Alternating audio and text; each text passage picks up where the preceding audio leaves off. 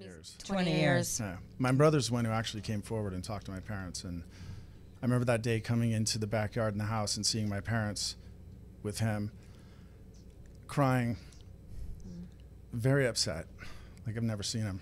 And how old was he then? My brother would have been like 24 then. And first thing I thought was my sister had been killed, because I've never seen my family that way, and my sister wasn't there. And I'm like, what happened, to her?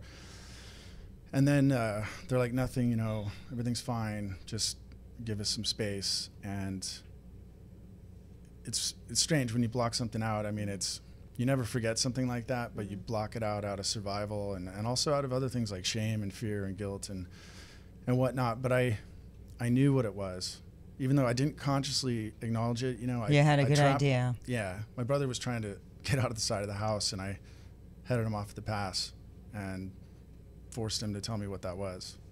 And he did. Yeah, and he did, and it was.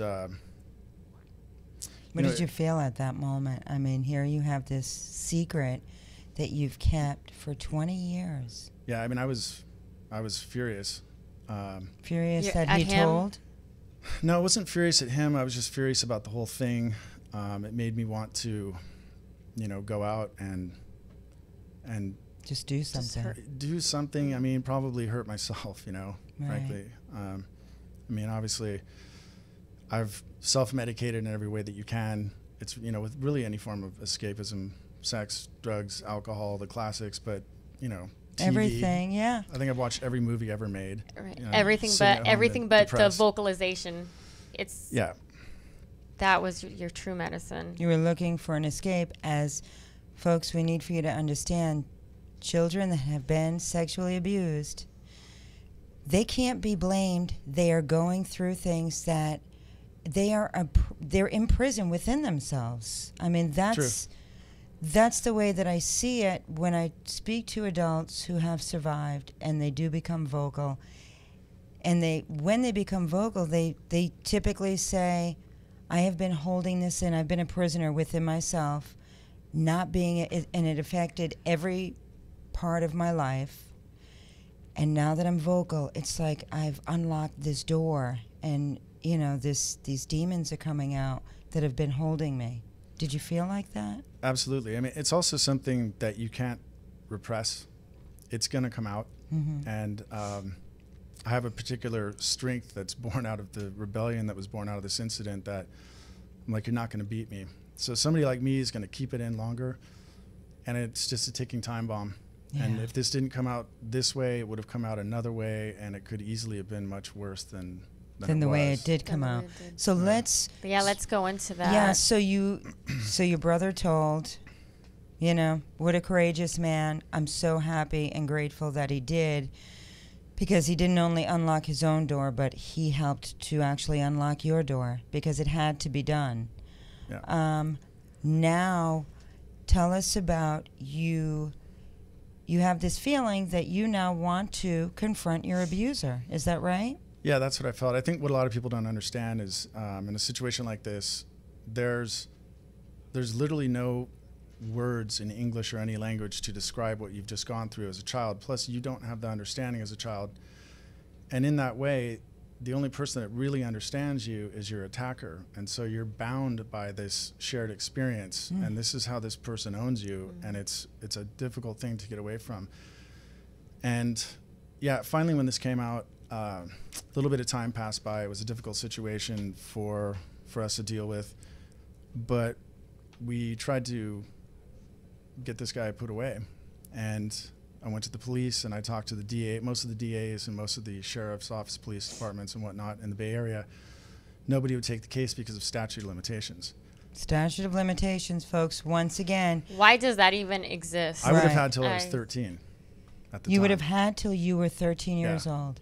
And after at that time? Yeah, and I started having dreams about, a man coming to me and trying to kiss me and stuff like that. And I just thought, I'm like, maybe this is just some weird puberty stuff. And I'm just like, whatever. I just kind of wrote it off, didn't want to know. Right, it's just a pubescent dream.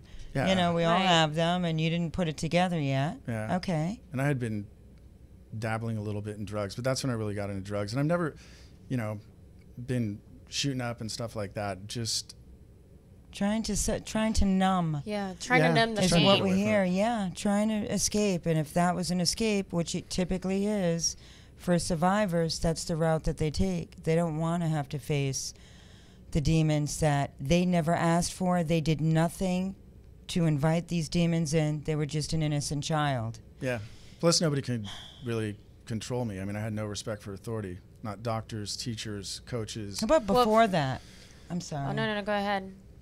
How about before this happened to you? I mean, were you a good kid? You did good in school? You liked people? I think chances are I probably would have ended up being a little bit of a hellraiser anyway. But yeah, I was, in mentally gifted minor program and, excelling in school, reading 6th grade level when I was in 1st grade, just a real thirst for life, and I was happy and I was innocent. And then all that was gone, and it changed my view. Like, you don't know what life is about, and anybody who's trying to tell me, anybody within the system trying to tell me anything, I'm basically like, go to hell. I have this thing. I'm like, you can't make me and you can't stop me either way. Yeah. And not only that, it's like you go to church and it's like the one person that is supposed to be, the protector of all children is the one that violated you. So of course you're not going to have respect for anyone. Right. This is the one person that's dedicated his life supposedly to God. And, of course, these horrible things that he did, why would a child that grows into an adult have respect for anyone? Absolutely. I mean, how? And I live my life with, the story that the system failed me and the system is messing me over. And when you say the system, who's in that system? What is your vision?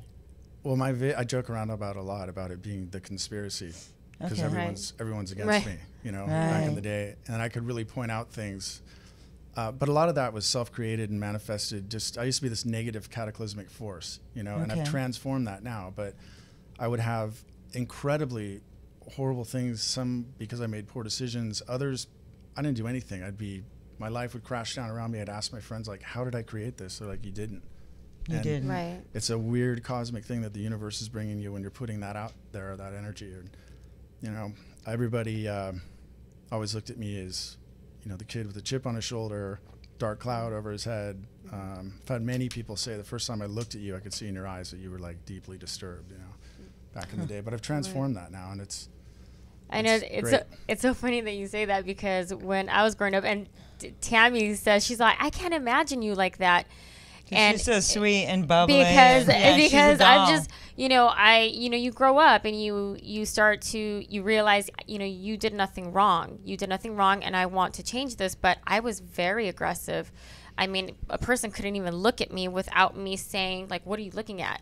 Right. Like, what do you want? And I was literally almost getting into physical altercations every day, just because of all the anger, because I couldn't tell anyone. And it's so funny that you say that, because you do become into this monster within yourself that you don't even know how to fight your own demon. That's what happens. And then once you become vocal, that's where your strength comes, because now nobody can stop you. Yeah, it's reconnected me to myself. Right. I mean, by you putting it in language and again. putting it out there. You become human again. There's this thing that we're all tethered to, that we take for granted, to this connection of self. But when you lose it, then you truly are lost. I mean, I have for years, I'm like, I don't know who I am. I don't know who I'm supposed to be. I'm never going to be that person. I'm done. Right. And you don't trust anyone. I'm so sorry. I'm so sorry for Will and for every child that has to go through this. This is why we're working so hard. This is why we're becoming so vocal, because you're not alone, as you know now. Way back in the day, you probably thought you and your brother just got like the worst crap situation thrown at you. You didn't know all that you know now, obviously. Yeah, I mean, it's like we were discussing, it's a pandemic. Yes. And people don't come forward because they feel disempowered, because they don't have any recourse whatsoever. And a huge part of that is the statutes of limitations. That's right. And we're going to get into that, because that's a big one. And, I just got something yesterday from Senator Bell, actually, ironically, the day before the show. I like Senator Bill. Yeah, I like Senator the Bill. MPEIV just put out a great newsletter, folks. If you don't know who they are, the National Partnership to End Interpersonal Violence, great newsletter on the SOL, and SOL stands for Statute of Limitations. We spoke about that yesterday because you said so many people don't even know about the SOL. Yeah, many Right. people don't even know what an SOL is. I mean, it's basically it's nothing more ultimately than an arbitrary date set by a legislature or a committee, or in some cases one person, that determines the length of time that you can pursue legal action. Well, civilly or- the length of time that you can seek justice for the crime that's been committed against you. True. Yeah, I mean, that's it. Let's just say it like it is, you know? It's stupid. I- It's a stupid law. I mean, I don't even understand why it exists. Well, it's a You know, hurtful law. It protects the abusers. Exactly. It shields them. It provides an scapegoat. And guess what? They love it, folks. They are so happy, and they will fight even harder, it appears, than the victims who have been broken and shattered and haven't reached the levels of healing that Will has reached now. A victim comes out when they're ready to come out. There should never be a statute of limitations. You know, if you're 49, I knew this woman at 49. She told me for the first time, she said, "You're the first person," Yeah. she said, "that I'm telling." Yeah. And she said, because, you know, she knew my story, she said, "I was sexually abused for years," she said, "by my mother's boyfriend." Yeah, it happens all the time. And until this day, she says, she's like, "I think that my mother knew." She says, "I think my mother knew, but her mother passed on," and she's like, "I'll never get to ask, and I'll never get to know. I'll never know." Yeah, But that's right. there should never Do you be a think statute that of limitations. your parents, after this event, you leave there, you go home, obviously you're a different kid, whether they recognize it or not. You had a couple of outbursts. You Yeah, know, they definitely recognized it. they did. In fact, when all this came to light, the whole family kind of went, okay, that answers some questions. My dad's like, Right. "You used to be my buddy." And then we just, separated. And What was your feeling, can I ask? You know, and if you even remember, like, looking at your parents after that event, I just can imagine that a child has to feel like, where were you? This happened to me. Was there any blame towards them? Like, can't you see, even though you weren't verbalizing, I've heard from some children, like, why didn't my mom know? Why didn't my dad know? Well, did you tell them? No, but they know me. Did you ever feel like that? Not really. No. To be honest with you, I mean, I was completely shell-shocked from what happened, but also I was absolutely unequivocally resolved that there was a job to be done, and that was not to say anything. I needed to protect my family from that. At 7 years old. Yeah, so I just had this profound acceptance in the moment that it happened. There was no doubt in my mind that he made good, and I just like, okay, just accept this and bury it.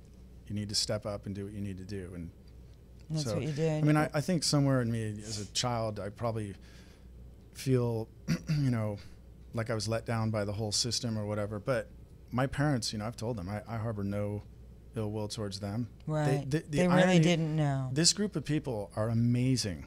I mean, they're just beautiful people. They're present. They're responsible. They have great moral fiber. It's just a real violation, not only of what happened to us, but everybody in this group and beyond. Yeah. So now you go to the DA, you go to the police, they tell you about something that you probably never heard of, which is the statute of limitations. Yeah. You So had to have been 13. Now what?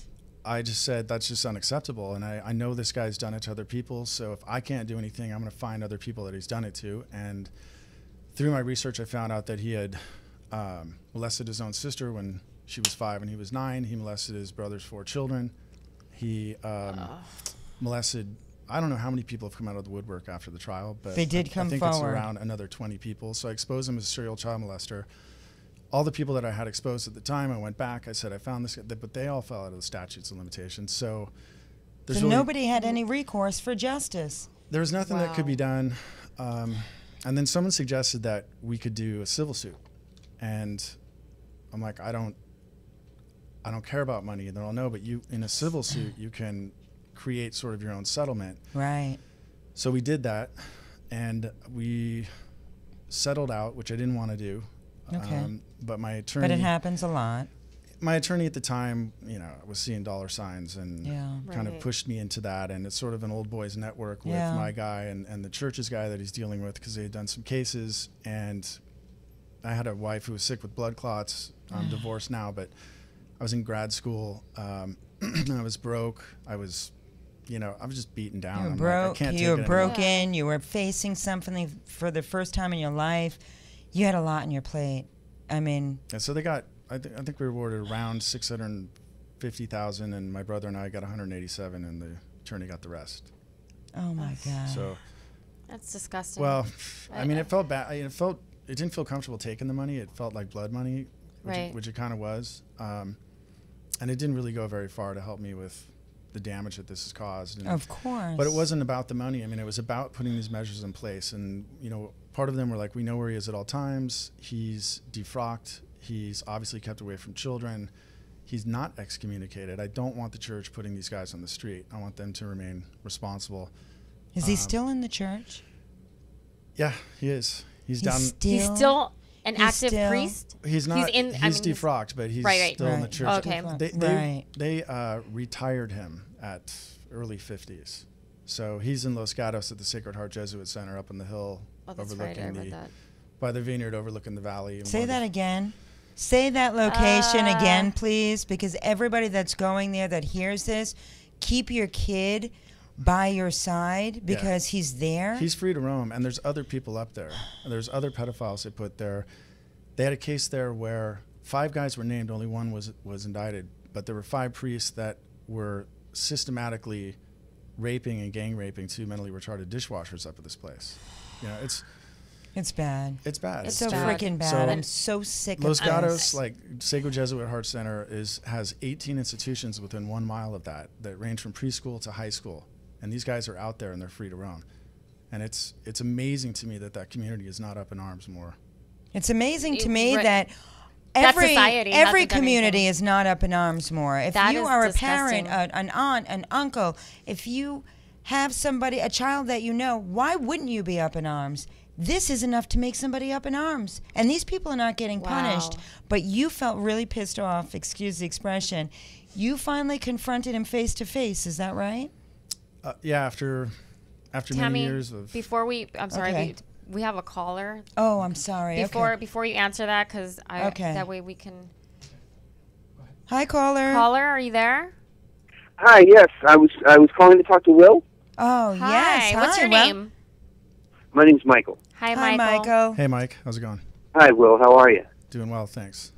Hey, I just wanted to thank you for what you're trying to get done in this state, because it would be easy for you to walk away right now, having concluded the court's challenge against you and having had that cleared up. It's really a very strong man who stays in this fight and is unwilling to let go. And I'd be interested in your observations about one, the chances of success this year in California, and what you think about the movement to amend statute of limitation across the country. I think that, well, I know that I'm going to get this on the ballot, and I know it's going to pass. I believe we'll set a record that beats Prop 35, which was, I think, 83%. Pretty much either you're against adults having sex with children, or you're a pedophile, or part of an institution that harbors them. So I believe the movement is strong. I think one of the challenges we have is people need a reason to come forward. And right now they're like, I have no recourse criminally. I have no recourse civilly. I've found a way to survive in my life. I don't want to come out and deal with the guilt and the fear and the shame and the anguish that will go with opening up this Pandora's box, so to speak. And I'm not going to do anything. And this is part of the problem with the system in general, is that it favors those who bring the greatest resources to bear. So that's institutions. So institutions have money, they have lobbyists, they affect legislation. People feel resigned, they're not willing to do anything. So part of what I'm trying to do, and the goal here, is to create an opportunity for people to become empowered and find their voice and become part of a collective voice and be part of a legacy to protect children in the future and kind of set themselves free that way. And I believe that this movement will explode on the scene as soon as we can empower people in that way. And I believe it's going to. I believe this is the year. Michael, And so, go and ahead. so unfortunately, I haven't been able to listen to the beginning of the show, but I heard you were on, Will, and I got on Lickety Split. Have you had any feedback from the governor's office at all on in California? I haven't. I mean, basically, I'm trying to encourage people to think critically. And when you look at what's the problem with SOL reform in this country, it's politics. So Right. let's just cut the politicians and the lobbyists out of it and take it to the people in a ballot measure. And I think people are sick and tired of this. And once they speak, their voice will be heard loudly, and it will resound throughout this country. And my goal is to do this in California, and then next time around have a coalition of Western states, and hopefully create a tipping point where we give politicians sort of the incentive / permission to do the right thing in the face of non-agreement with their constituents and the lobbyists and whatnot. I love the way you put that. That's Michael, are you? Is this a passion of yours as well? Well, I have some experience in the area. I represent survivors of childhood sexual abuse. And in my hometown of Pennsylvania, my church had 2 abusers assigned to it. One who was interested in boys and another who was interested in girls at the same time. And my community was just torn apart by it. And in fact, we had a young man who committed suicide because there was not much he could do. There was not much recourse, and the church decided to say his claims were unsubstantiated, unfounded, and he took his own life as a result of that. Yeah, that's the kind of thing that happens, and that's really tragic because it's a hurtful slap in the face, to put it mildly, when it is. people tell you that you're a liar. You don't wake up one day and make this up. That's right. That's right. And the studies of false reporting show that the occurrence of that is exceedingly rare. I mean, false reporting is a cost of doing business. It's like fraud in any other kind of business, and it's always going to be out there. And people talk about arguing against statute of limitations. One of them is that, over time memories fade, witnesses die, and whatnot. Look, I may not remember what shirt the guy was wearing when he sodomized me, but I guarantee you I don't forget that the guy sodomized me. Exactly. Right, and you're still gonna have to prove your case just because the statute of limitations has been tailored to fit the facts and realities of childhood sexual abuse. That is, that people aren't capable of coming forward until many, many, many, many years later. Exactly. Just because that change has been made doesn't mean you're not going to have to prove your case. Yeah. And ultimately, juries are going to take a hard look at the evidence and decide, in a civil court, whether or not, based upon the preponderance of the evidence, this occurred, and whether or not the corporate officers were also responsible for it. And you're right. You hit the nail right on the head. You're dealing with corporations that have political power. And you're not just dealing with churches and youth-serving organizations. You're dealing with some of the strongest corporations on the planet, and that's the insurance industry. Yeah, that's Yes. why we We spoke about this. You hit it right on the head, Michael. You brilliant man, you. So here's the deal, and here's the way I explain it to people. The only reason survivors can't get justice right now is because one day followed another, and the perpetrator was successful in silencing the child, and did such a good job at abusing this person that deep injury has set in, and they haven't been able to give voice until they're 45, 50 years old. correct. That's what's happening. In that circumstance, you set out this absurd public policy where the more successful the abuser, the more artful the cover-up, the more likely there'll never be accountability. When the child becomes an adult and has that strength, it's too late, and only because one day follows another. The child survivor, the adult now, is going to have to prove their case in court. It's not like, we just removed the statute of limitations and everybody's on the hook now. No, this survivor is still David with his slingshot in hand, and the insurance industry and the youth-serving organizations are still Goliath. Yeah, well, the onus is definitely always going to be on the survivor, and all this is really doing is kind of leveling the playing field. Like you said, they still have to find an attorney who will take the case. They have to get the money to pay him. They have to find a DA to prosecute the case, and it's an uphill battle. But at least it gives people the opportunity to seek justice. And it's a sad case for those of us who've come before, because this is really about protecting children in the future. Yes. But getting it done today because children are at risk today. Yes. And there's a lot of grace coming forth from all survivors, that come before. And there's so many advocates nationwide, globally now that, That's right. I mean, you know, you look at, you know, my generation, and it's like we're tired, we're done, you know, we've had it, and We're here we're, now. we're here, This is and we're up for the battle, and Yes. that's what it's about. It's about protecting children. Michael, I wanted to thank you for calling in. We do want to Sure. continue talking to Will, and there, please join us next Wednesday, every Wednesday, in the movement. Yeah. Thanks, Mike. Appreciate it. Mike, Thank you, yeah, Michael. and if Mike, you are involved and you feel passionate about this, maybe Oh, you yes. and Will can communicate. I will definitely make that connection. Will can send me over his information, and I can pass it along with your permission. Well, Yeah, that'd be actually, great. That'd be great. Yeah, you can go to my website. It's www.riseaboveabuse.org. And if you want to email me, it's will with 2 L's at riseaboveabuse.org. Excellent, and just mention that you guys already have chatted. Yeah. Yeah. Every person needs to be involved, and Will's doing a great job, and he really needs the support. We're here to support We him, support him. and we're going to be doing some work in the future together. And Let me get out of the way. Will, thanks for not walking away from the issue. You know, a lot of people, once they tie up their package, find a way to just, you know, go back into the woodwork. And what Hey, you're Will, doing is important work, and God bless you. brother. real quick before you go, you know, I feel that there's an obligation for those of us who've sort of clawed our way out of the dark into the light. Like, the last thing you want to do is turn around and walk back into the dark and grab someone by the arm and bring them up. But that's exactly what we have to do, because there's a middle ground there that people who are in the dark, assuming that we don't want to be there, they don't know how to get to the light. And people who are in the light don't understand the people that are in the dark, and that gap needs to be bridged. And this is part of the way we can do it. I love it. Yeah. Those are beautiful words. Michael, thank you. Thank you, Michael. Well, you guys be well. Take care. Be Bye-bye. well. Take care. And so you Yeah. were asking Will. Well, I want to say one thing Right, go ahead. beforehand. This priest, this pedophile, this, you know, I don't want to say right now the names that I really want to call him. I'll say it, monster. Yeah. No, I wasn't going to say I that. know. But anyway, I want to be a lady. His niece just commented, and she said, everything, I am the niece of the pedophile, and everything that Will is saying right now is truth verbatim. And we asked her if she was also abused by this man, and her response, unfortunately, was yes. So do you know who I'm talking about? I do.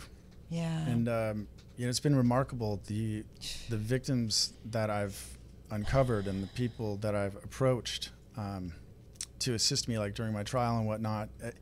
Everybody's been willing to come out and take a stand and really put their own personal lives on hold and a lot on the line to be able to support me and support this cause. And I'm super grateful for that, because it's what we need. We need people to come forward, but we got to give them a reason to come Right. forward. So. Very true.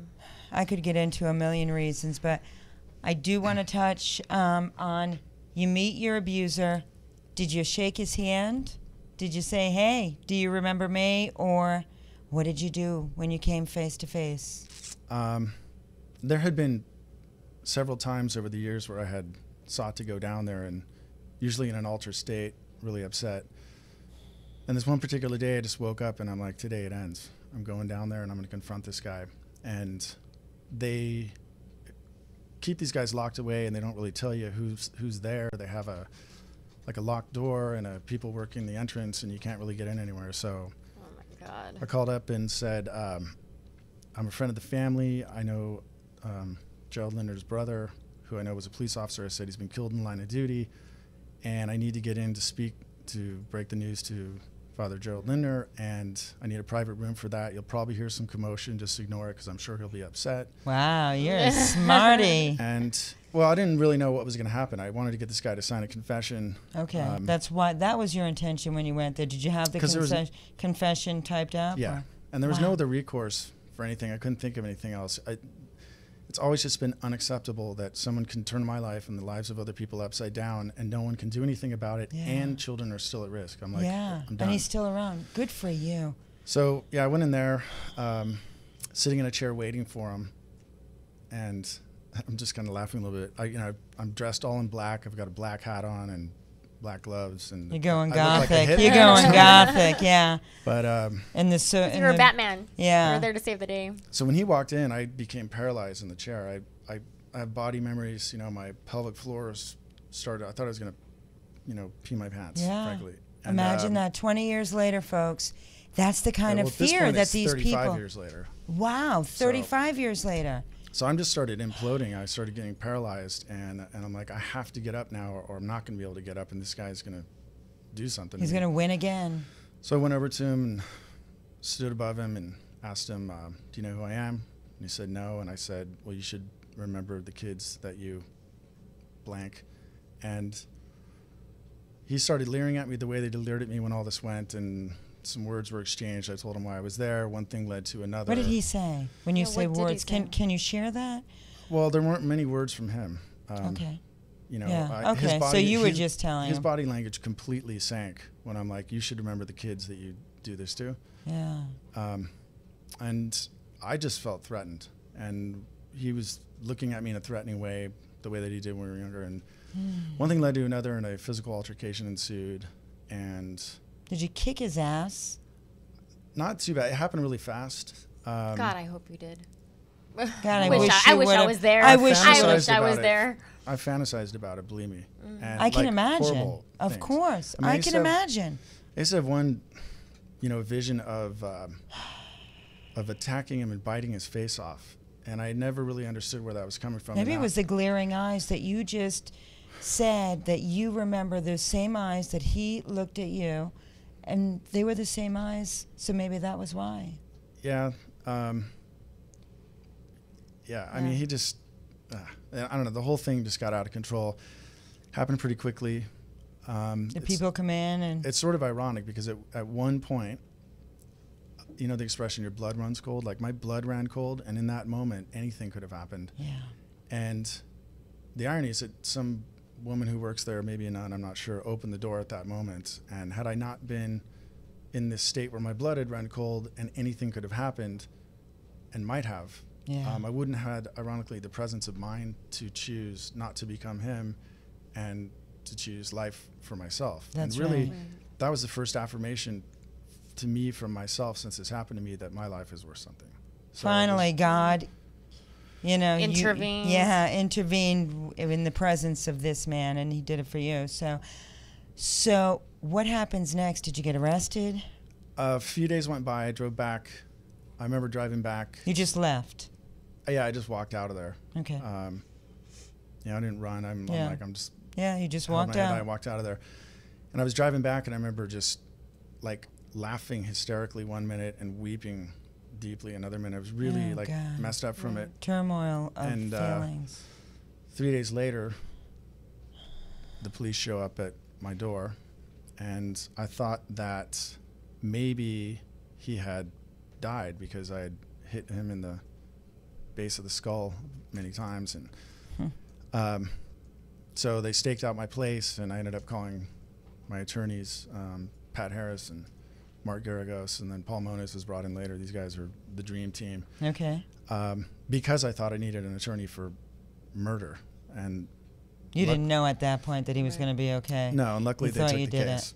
So 6 months went by. We negotiated a surrender. I went to jail for half a day, and they didn't do anything for 6 months. And this is because they were waiting for this to go away.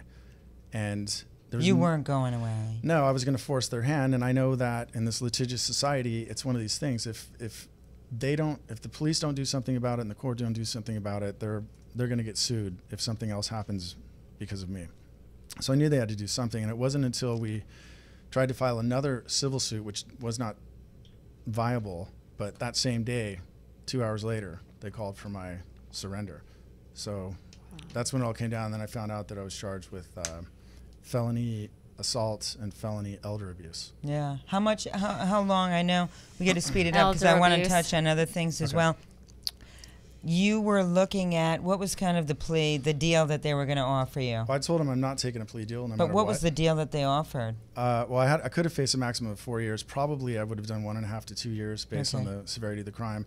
They offered me a year probation. I turned it down. They offered me, they offered me a year in jail. I turned it down. Then they offered me probation, and I turned it down.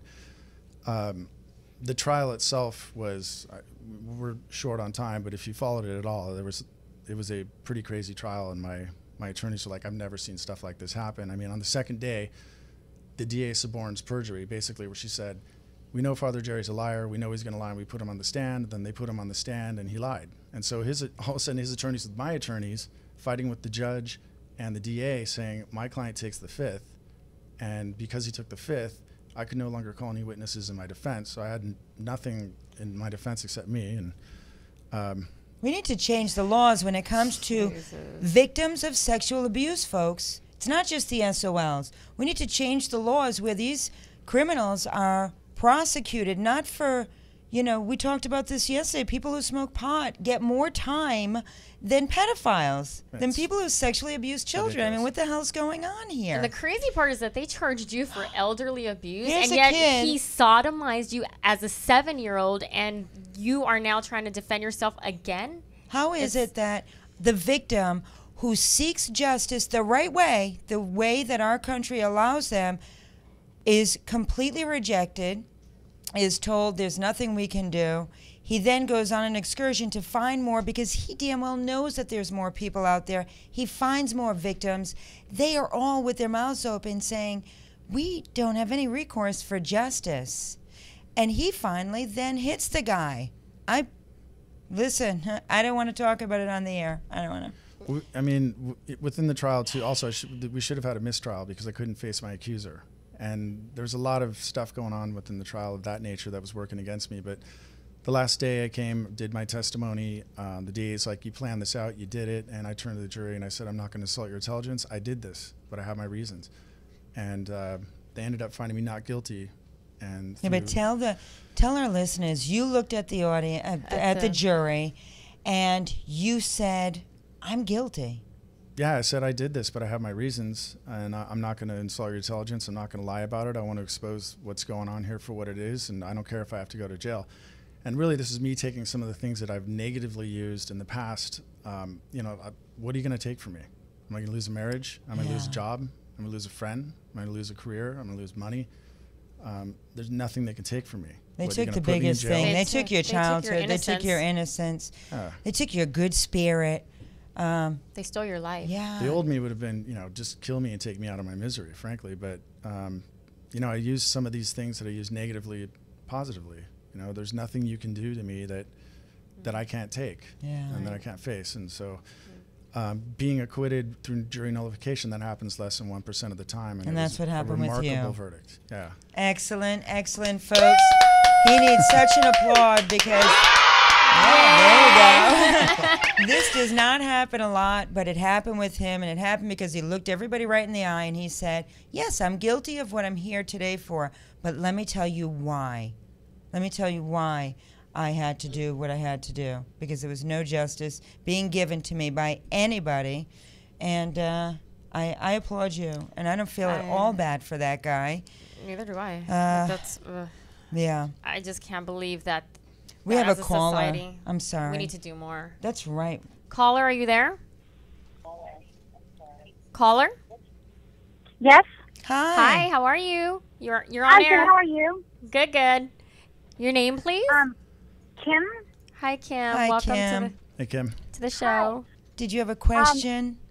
I had a question for Will. Excellent. I just want to tell him he's so inspiring, and as being someone who has abused myself, he gives me so much inspiration and his strength. And I want to know how I can get involved in his organization. Oh, thanks. I really appreciate that, Kim. There's different ways you can get involved. We haven't really talked about my nonprofit, but it's called Roots for Individual and Social Empowerment. We go by the acronym R.I.S.E. And you can go to our website at riseaboveabuse.org, and you can get behind the effort to repeal the statutes of limitations in the 2014 ballot measure that we're creating, and you can donate your time or other input, including finances, to help us reach that goal. Also, in general, with the website and that organization, we're trying to, what I got out of my experience from the trial was I kind of found my voice and became empowered, and I was able to take back my life in a way that I never could before. So through RISE, you can come and share your story, find your voice on, within our blog and our postings there and stuff, become part of the collective voice, get behind the ballot measure, the effort to repeal the statutes of limitations, and you can be part of a legacy to protect children in the future. And I think this is a way that people can find their voice and become empowered in a way that's productive, in a way that's safe, and become part of a larger community that can be galvanized to do other things in the future. That's right. Were you ever able to seek justice, Kim? Or did you ever try? No. You know, I actually ran into him like 15 years later. But randomly he was dating someone I knew. Oh my God. He had been my babysitter, but I just froze. I just didn't say anything. Oh, And honey. he didn't remember me, I don't think. I'm so sorry. When I'm you- so sorry. When you get on the sign, go to the SOL Reform tab, and that'll have everything that you need. And I'm happy for you to be able to come out and find your voice and join this, because Yes. I've said it before, but No, that sounds great. the greatest weapon they have is our silence, and the greatest weapon we have is our voice against them. And this whole system is predicated on keeping us quiet, because it's the only way that they win. Yes. So thanks for coming forward. Yes. True. Kim, once again, Will, I want you to tell all of the listeners. So, and at first I want you to say that slogan, that beautiful slogan that you're kind of branding now and creating, which is? I'm all about reformation of the system and transformation of the self. And I love I that. like there's Reformation of the Yes. system, transformation of the self. well, changing this law and changing these other laws really it's not the end all. It's actually the beginning, Yes. because there really is a journey that comes from, we need to systemically change things, and that kind of opens the door to a new beginning. But after that, you really need to come and find yourself, and I think that can begin with finding your voice and being empowered and getting behind this initiative and other laws like that. And those are other issues that you're also addressing, the Correct. healing aspect of Yeah. it. So there's two components to what Will's doing. Both are so powerful. Both can bring healing and bring justice to those who have been abused, who haven't been able to come out yet. So Roots, once again, tell Kim and the It's list. the name of the organization. We go by R.I.S.E. Right. And you can find us at riseaboveabuse.org and give you all the information you need there if you want to participate and get involved. So, Kim, we look forward Kim. to you connecting with Will, and we honor you, honey, for... Thank you so much. We really honor you, and we're Thank so you, Kim. sorry Thank that you you for your were... show. Thank you. Thank you for your Thank bravery. Oh, you have a good day. Okay. Thanks, you too. Take And care. and I believe we have another caller. We have another caller. Hi, caller. Hello, caller. Are you with us? I am. Hi. Hi. Did you have... Hi, how are you? We're Good, doing how are great. you? Thank you for Good. calling. I can't listen because I'm listening on my phone, and so I had to call, so I don't know what was just said in the last few minutes. Okay. Did you have a question for Will? I do have a question. Actually, William, we spoke about 1 year ago. You probably won't remember me, but I presented some information, and I would like to stay anonymous because there's an ongoing case right now with my child.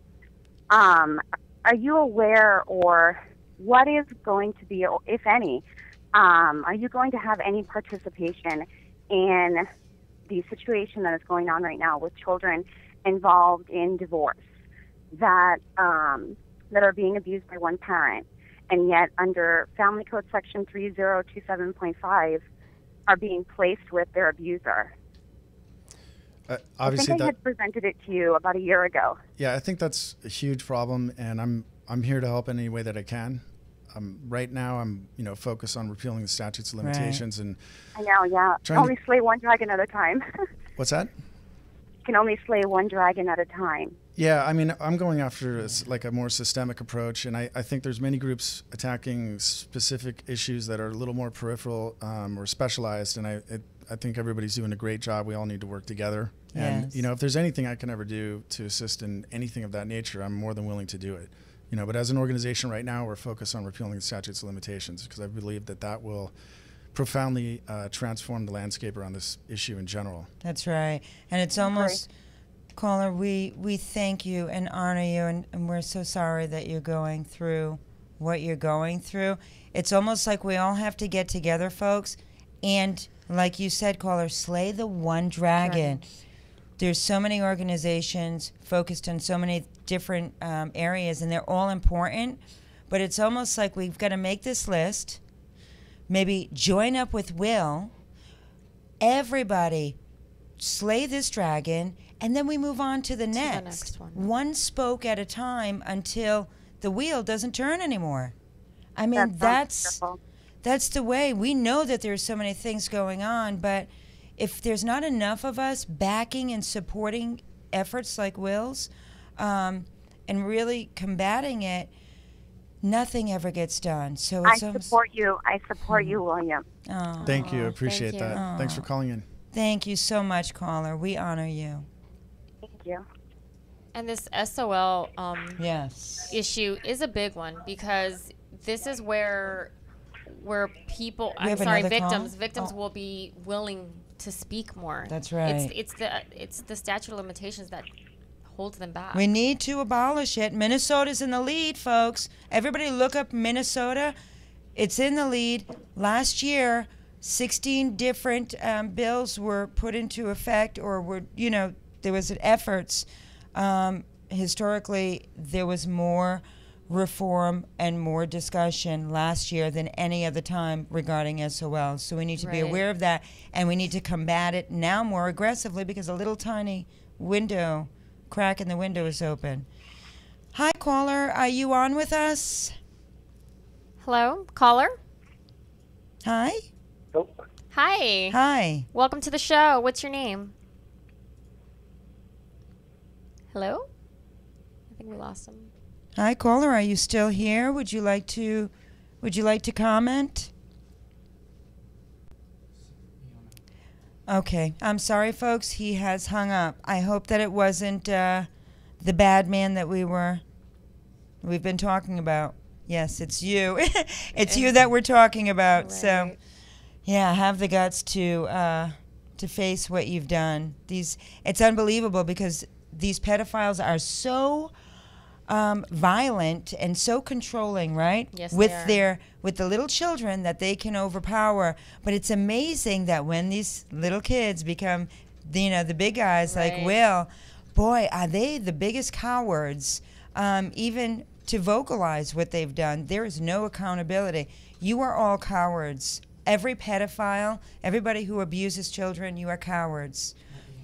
Hi, caller. If you're trying to get through, are you on with us? Yes, I am. Hi, welcome. What's your name? My name is Rick. Hi, Rick. Hi, Rick. Did you have a question for Will?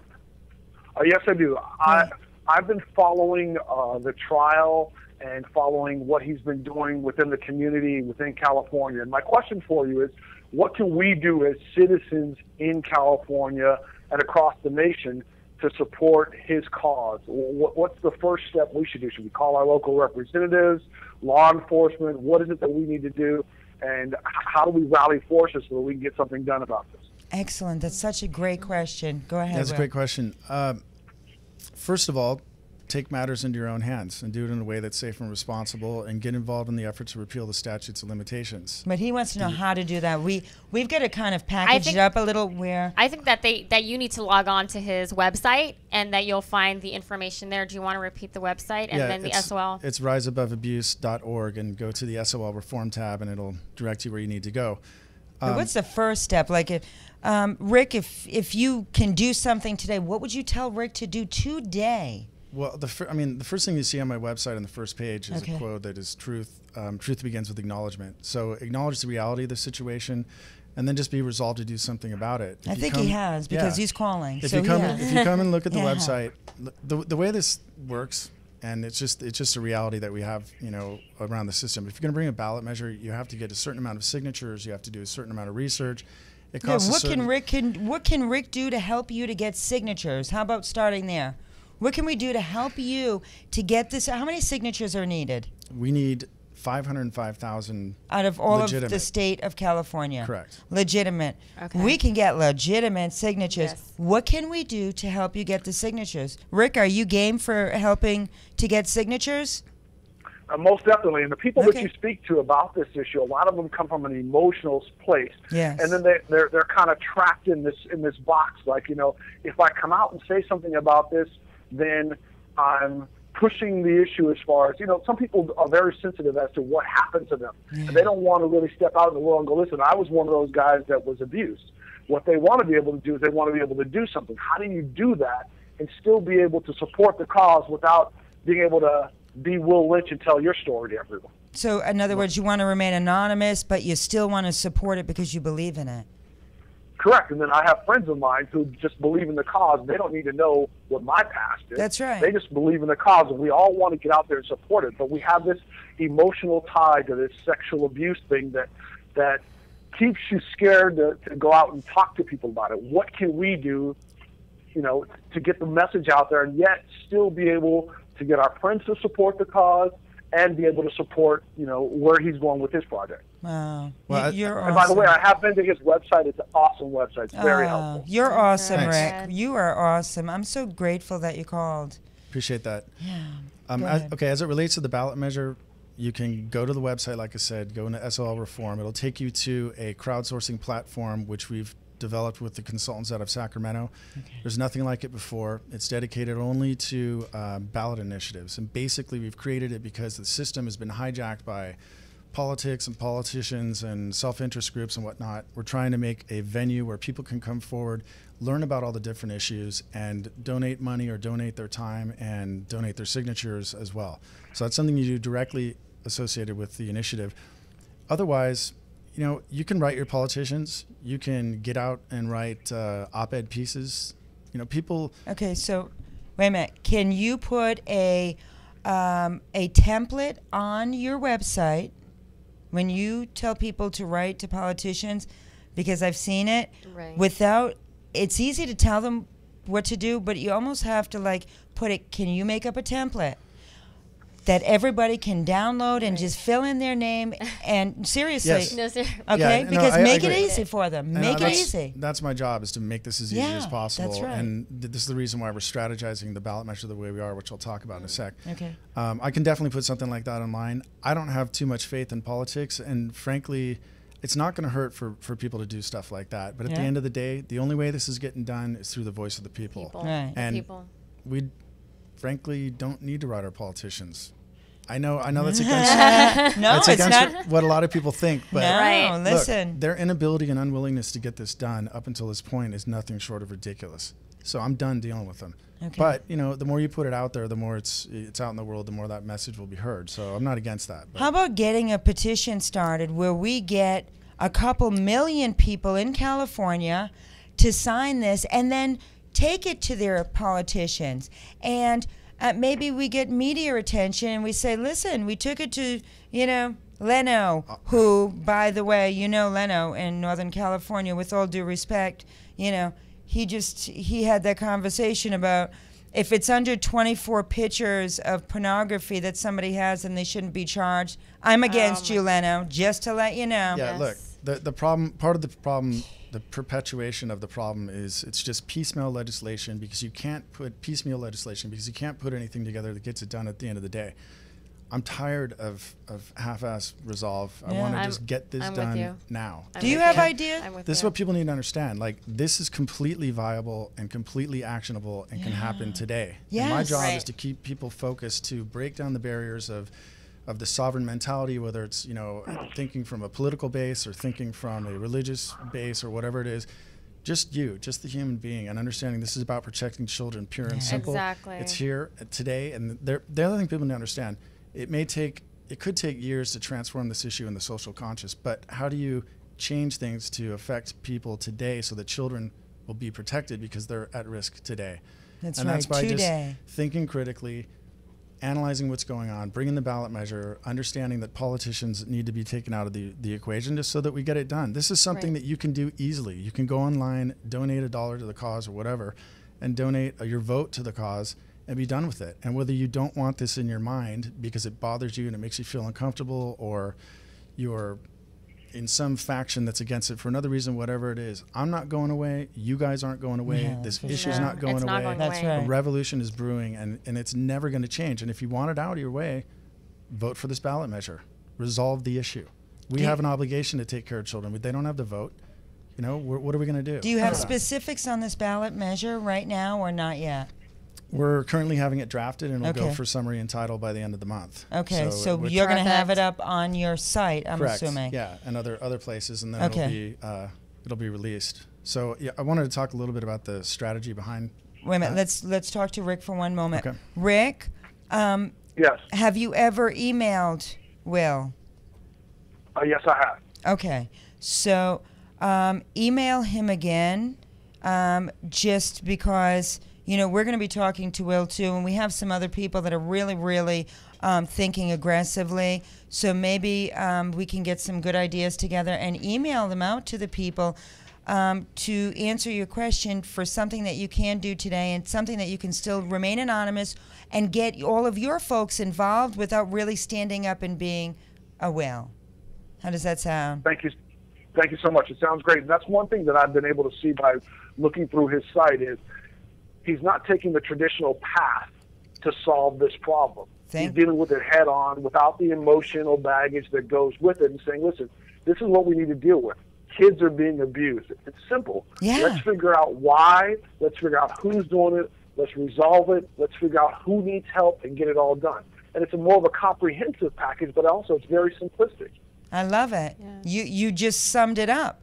And that's Thank what we you, need Rick. everybody to realize, Rick. And your voice, I mean, you verbalized that perfectly. Right. Thank you. Appreciate it, Rick. Thank you, Rick. Rick. All right. Thank you. Rick, we honor you. We honor this call, and we're sorry for anything that you had to go through as a result of some criminal mind. Thank you so much. Okay, thanks. Okay.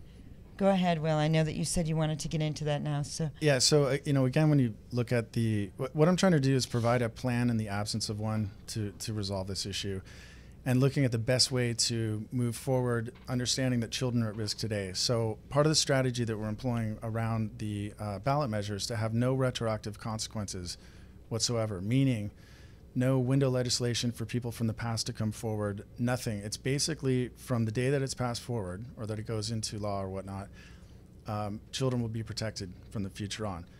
People in the past really have no recourse as it relates to this ballot measure. Now, other things can be done at a later date to try to get retribution for survivors who exist. But the idea that people need to remember is that children are at risk today. So if you attach Right. something I that's love controversial to the bill, it's not going to pass. And SB 131 did not pass for exactly the reasons that I knew it would not, which was it targeted only private institutions, and it was attached a one-year window where people could come forward. That is exactly the controversial issues that gives these politicians permissions to do the wrong thing. And the reason why this went to the governor's desk is all those politicians knew he'd veto it because he was given reasons to do it. It discriminates right off the bat, Right. for example. So Right. I'm not surprised. we've got somebody communicating, and they're saying, so what you're saying is no retribution for those who have been abused. Correct. That would be a as it relates to change. this ballot measure, but understand that this is really going to the core system of this, of this particular issue around this. So Okay. more work can be done after the fact, and I'm actually want to try to create a fund that will be like a public-private partnership as I'm going through this course to help people who've come before. But the whole point is that children are at risk today, and we need to What get you're it trying run, to do done is today. protect the children today and on. Okay. Basically, future is, and that's what we're trying to do. That's what all advocates are trying Right. to do. Yeah. Okay, we need to wrap it up. UBN Radio, Universal Broadcasting Network, stands behind these issues. I want to let you know. And this is a support this beautiful movement. family. This is a beautiful network, folks, that really supports the safety of children nationwide, worldwide. Any last words? We've got to wrap it up. We've already exceeded. Thank you, UBN. I just want to say I really appreciate you guys for having me here, and I love the work that you're doing. I think it's We really love the work important. you I do. think No, you guys we are an love important you. component. I like the way you message this, and in general, I just want people to understand that you have the power, you have your voice. Just exercise those two things and That's right. move forward with what we're trying to do, and we can dramatically transform this issue overnight. And folks, let me let you know, Will's talking really sweet and everything today. Will is very aggressive. He is not backing down. Reach out to him. Yeah, listen. He's been bruised enough, darn it, and he's not Exactly. taking it anymore. And enough is enough. It is. So I stand behind Will. Priscilla I stands stand behind Will. behind- And we know UBN does as well. Michael, thank you for calling. The attorney, Rick, Kim, Tammy, who was abused, and this abuser that abused Will, this so-called father, which I don't call him a father unless you want to call him a father of pedophiles. He deserves to burn in hell, which is, I'm sure, if there is one, that's where he'll be at the end of all of this. Tammy, we thank you for coming forth too and supporting. As always, we dedicate a show to a child. Yeah. So, Will, is there a child that you would like to dedicate the show to? Yeah. I would like to, well, somebody's not a child right now. It's okay. But I'd like to dedicate this to the niece of Father Gerald Lindner. Tammy, we dedicate. This show is dedicated to you. Yeah. Thank you, UBN. Thank you, Will. Thank you so much, Thank guys. you so Thank much, you Will. so much. Thank you, UBN. We've got a lot of work. We got a lot to of do. signatures to get. Yeah. Thank you. We'll see you all next listeners. Wednesday. We love you. We love you. Thank you for listening to the National Safe Child Show on UBN Radio. For past episodes, visit the archives on ubnradio.com. And for more information, go to nationalsafechildcoalition.com.